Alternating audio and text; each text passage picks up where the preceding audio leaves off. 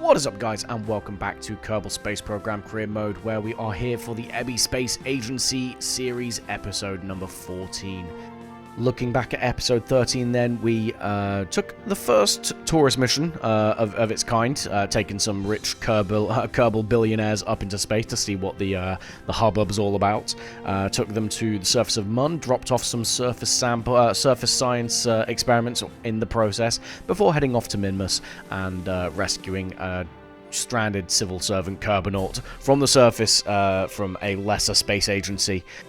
But today then, the sun is shining at the Kerbal Space Center, and we are heading into the vehicle assembly building to look at the Duna 1 crew module. It's about time we stop looking at it in storage and we actually put it into orbit. The lander that attaches to the front of this is already in orbit waiting, as you see there that we're about to load. This is already sat in orbit of Kerbin, waiting around for the rest of the ship to be built and get up into orbit. So it's about time we do send it up, right? So what we're going to do is we're going to make a minor tweak to the crew module by adding all the life support into this part. We were originally going to make it in 3 parts, with the life support being in the middle, but we figured, you know what, the less joints there are in this ship, the less wobbly it will be under thrust, right? So we stick that in back in storage, and we go ahead and try and design our drivetrain. We're utilizing the nerves, the nuclear engines here, so every tank that we're having is going to be liquid fuel. We add another fuel tank on top just to simulate the weight so we can get some accurate measurements for the Delta V requirement. Before we then start putting the liquid fuel tanks, you see we've got those radial tanks wrapped around the central tanks. And we get it sorted, and we're going to strap it to a rocket and launch it into space. As you see here, all we've done is basically strapped it on top of a rocket, the Scuffer Dreams booster, and yeah, the launch is pretty straightforward. We had to dock it rather than just decouple, but luckily those docking ports are flat enough that it doesn't really matter too much. It's not going to get in the way of the landing gear, and yeah, we deorbit the lifter stage nice and gently this time. We've failed the last couple of times. There are a few design flaws on this thing, but thankfully we're splashing down, so that's not really too much of a drama here, as yeah, the parachutes deploy and we do head down to the ground nice and gently. So we are able to recover the costs of this vessel straight away. After that, then, we are basically going to design a small space tug that we're going to attach to the crew module when we launch that, just so that we're able to basically pull and push the various parts of the ship into the correct parts of orbit around Kerbin, so that we can rendezvous them and dock them together, so that we can construct this thing in orbit. So you see there, we've got a monopropellant tank, we've got plenty of RCS thrusters, plenty of electricity and reaction wheels, with some solar panels just to sort of generate our own electricity, and we are going to go ahead and strap that to the bottom of the crew module. We add some radiators just to cover us against any sort of any heating that we might get when the Duna 1 is on mission, although I don't really foresee too much in the way of that. But yeah, we're going to go ahead and strap the space tug on the bottom there, and then we're going to go ahead and put the Scuffer Dreams booster on the bottom, and I'll take you over to the launch pad to see how that went now. I need to launch anyway. Yeah, it's changed even now, like, still, I loved it. Honestly, some of my favourite years of my career.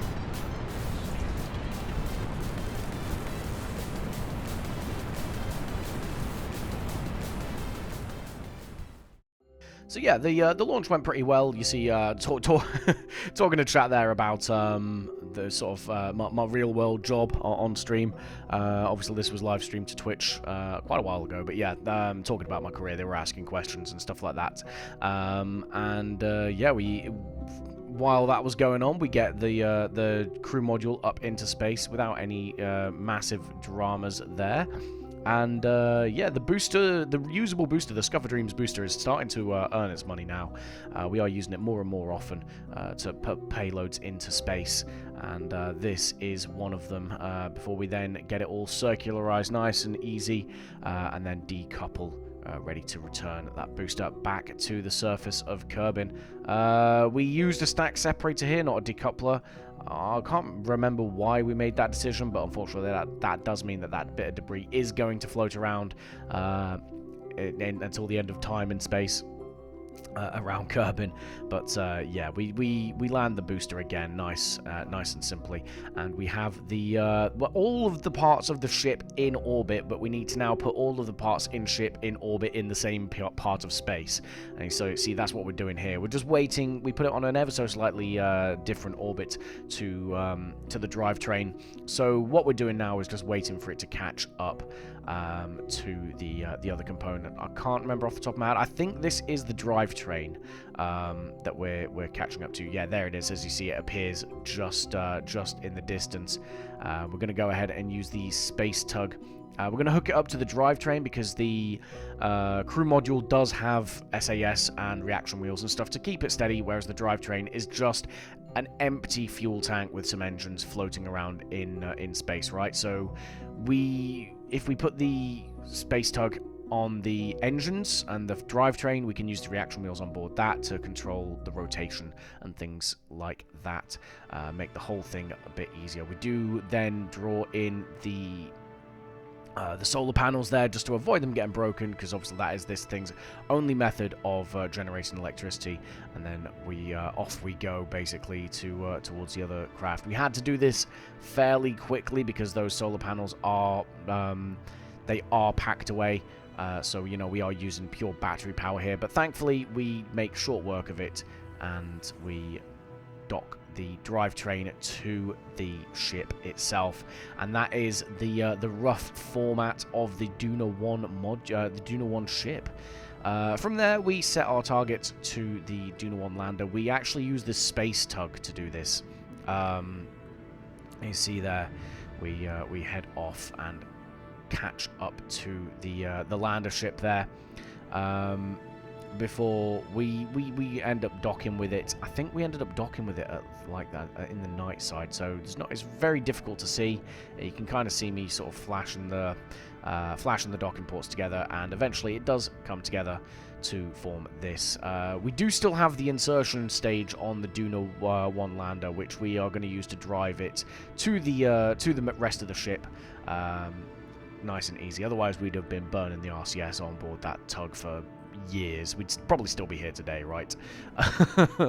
So yeah, thankfully we had the foresight to keep the drivetrain in position on that lander. We didn't just leave it empty in space. And then the space tug, we kind of realized was just going to be a bit more difficult to use to dock the lander than just using the engines. Not least because the only docking port on that lander is the nose. So we would have had to have moved it towards it, then drove the tug out the way, and then hope that they would stay together. But thankfully, we used the engines on the lander to do the work for us, and then deorbit that ascent stage. And then, yeah, that is the ship complete. The space tug will eventually disappear off into the distance and get deorbited. We're not taking that with us, but you are seeing the Duna ship in complete form in orbit. So exciting times. The ship is ready to go. All we need to do now is work on the rest of the infrastructure to fuel it up, right? Obviously, we're pulling all the fuel, all 100% Minimus grown fuel for the ship, and that's what we're kind of planning now. So we do have the station core currently floating around in space. It's not necessarily floating around where we want it to be. We ran out of fuel on ascent when we sent it up, so we are going to have to try and pick it up and push it into orbit around Mimas where we want it at the moment. But you see, at the moment, all we're doing is designing the ISRU arm. We do have the big ISRU, which is good, and we're just designing all of the 3 arms that are going to attach onto this this station in the vehicle assembly building now. So primary sort of electrical generation is going to be from the big solar panels there. We are close enough that they're going to generate plenty of energy for us without, while still running that ISRU. And then finally, we're going to design our sort of ore I want to say like ore holding arm. It's kind of combined. It's fuel and ore. So the ore is going to go in the center. You see, it's going to basically go in those trusses there. You set the ore tanks up, and then we've got two big liquid fuel oxygen tanks, as well as the 2 big monoprop tanks and 2 big liquid fuel tanks, so that we can develop different types of fuels for different spacecraft. And you see here, we are now just designing the first sort of transit drivetrain stage for the first of those arms, which is going to be the ISRU arm. We're going to put quite a lot of fuel in this, because what we're planning to do is use this to then collect the station core that's currently flying around. So yeah, there's a lot of fuel in this, but I'm going to hand you over to the launch of that now. Go.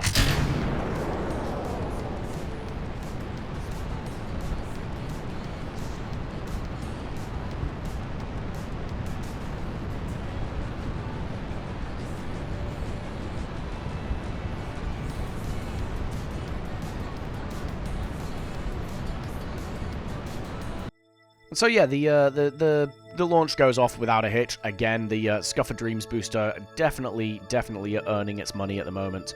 It is absolutely brilliant for little payloads like this. I say little payloads. Again, it's rated up to 36 tons, which is fantastic for sort of having a fair bit of fuel to go wherever we need to go on this.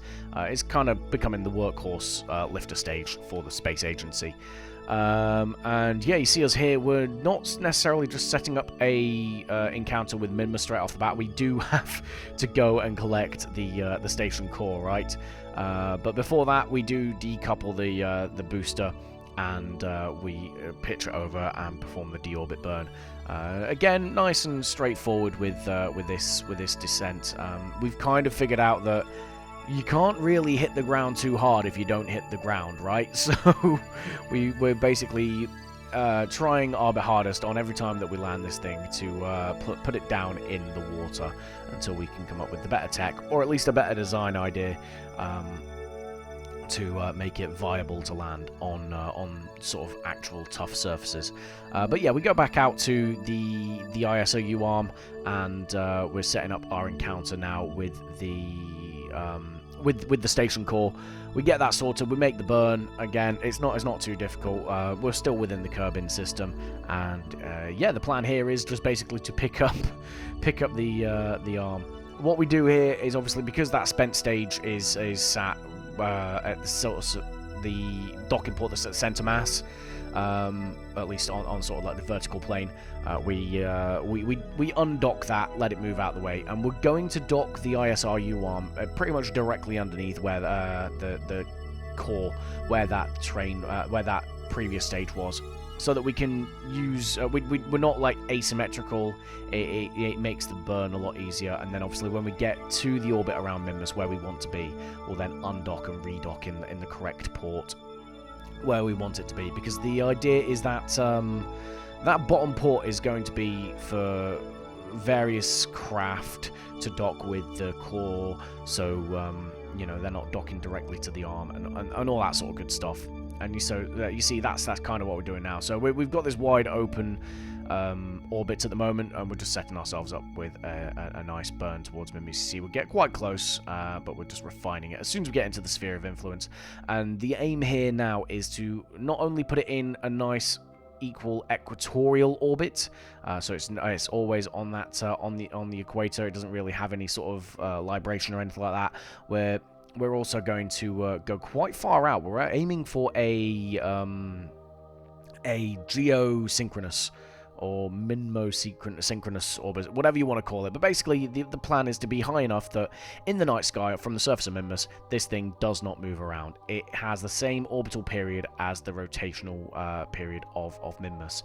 So you see, we're up here. We did do a little bit of maneuvering around so that we could get over the right part of Minmus. So you see there the pink sort of cloud on those flats. That is where we're planning on putting our surface mining base when we do eventually design it and put it on the surface. So what we want is essentially the station to be directly above them, and doesn't really serve any kind of purpose. It takes quite a bit more, Delta V to reach here. But I don't know. I figure it was kind of a cool idea, a bit quirky, not necessarily just sat in low Minmus orbit. And yeah, we decouple the station and we deorbit the drivetrain stage to crash into the surface of Minmus there. And that is the first part of our station being built. So exciting times, guys. And you see, we're going to leave the rest of the launchers there for sort of future episodes, and yeah, we're going to instead focus on more home-based missions, and we are setting up the Scuff Airlines plane to head off to the Mida Naval Air Station.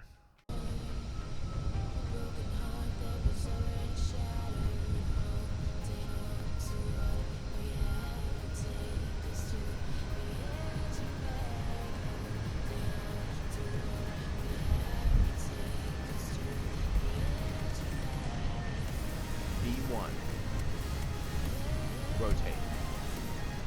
Well, we rotated a bit early, but it works. And yeah, like I said previously with this aircraft, it tends to rotate by itself, but it's nice and calm. The airline representatives, as yeah, we poked through the clouds there. Again, volumetric clouds look phenomenal, especially when you poke through that cloud layer. But yeah, the airline representatives, I don't know why, had very, very scared faces on that takeoff. And honestly, it was probably one of the smoothest ones we've ever done. But yeah, we were en route to Mida. The only sort of notable episode on here was that as we were descending, we ended up going through the top of this thunderstorm cloud, and it was kind of cool. I'm not gonna lie, I like the fact that we've got weather now with these mods, but yeah, obviously it doesn't affect the flight any, and turbulence not really being a thing that's modeled in KSP. We continue the descent without further episode as yeah, we do a nice smooth descent into Mida.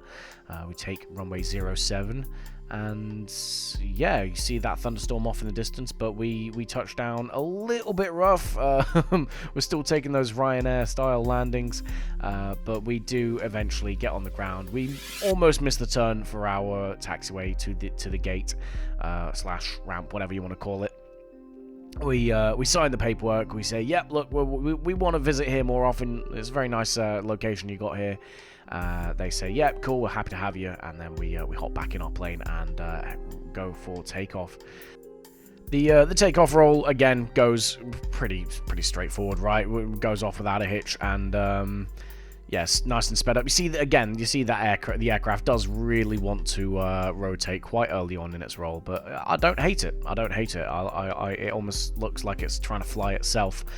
And then yeah, unremarkable flight back as we begin our approach back into the KSC. Just popping through the cloud layer here, and yeah, approaching from the land side rather than the ocean side. Get cleared for landing, and the approach, nothing really crazy to write home about. The only downside with Van's KSC is you do have these massive sort of telescope radar dishes, whatever you want to call them, so you do have to kind of weave your way through them to make an approach.